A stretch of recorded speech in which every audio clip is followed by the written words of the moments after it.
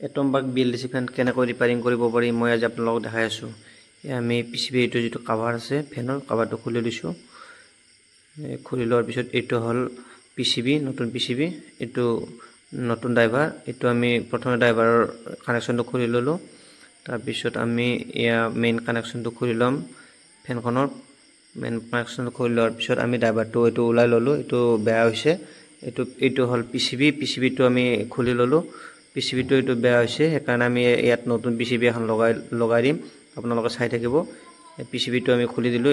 ইয়াতে তিনিটা কানেকশ্যন আছে, ৰেড, য়েলো আৰু ব্লু তিনিটা কানেকশ্যন আছে। তিনিটা কানেকশ্যন এইটো আমি BLDC ফেনৰ এইটো খুলি ল'লোঁ। এইটো পুৰণা চাৰ্কিটটো।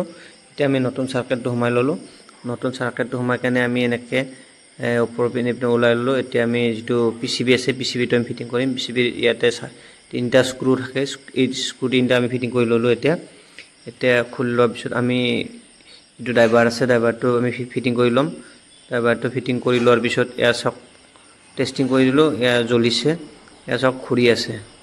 Thank U.